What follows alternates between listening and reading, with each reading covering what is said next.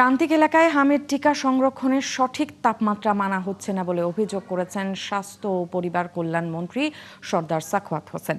তিনি জানান, সংরক্ষণ তাপমাত্রার নিয়ম না মানলে এই টিকা কাজ করবে না। এদিকে ঢাকায় 12 এপ্রিল এবং সারা দেশে 3 মে শতভাগ টিকা কার্যক্রম শুরু হবে বলে জানান তিনি। আরও জানাচ্ছেন মেহেদি হাসান।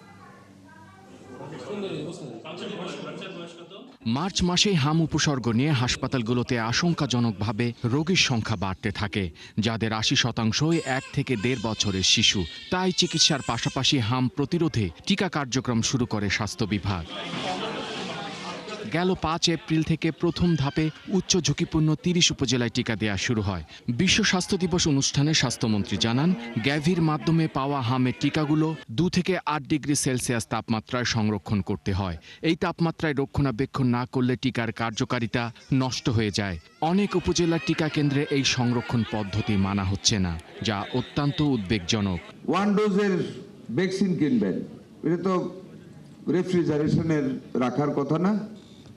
তা আমি যদি 2000 ভায়াল পাঠাই মনোহর দিতে আমার নিজের এলাকায়, কোথায় রাখবে ওরা? রাখতে পারবে? পারবে না। এটা তো ফ্রিজে না থাকলে নষ্ট হয়ে যাবে কোয়ালিটি। তিনি আরও জানান, আগামী 12 এপ্রিল থেকে ঢাকা সহ দেশের সকল সিটি কর্পোরেশন এলাকায় এবং 3 মে থেকে সারা দেশে শতভাগ টিকাদান কার্যক্রম শুরু হবে।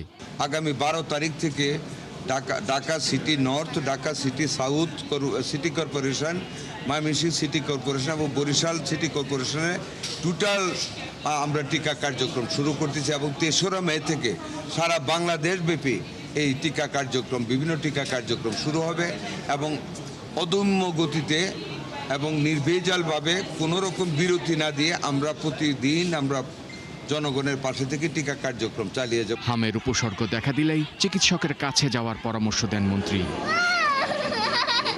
মেহেদি হাসান, 71, ঢাকা।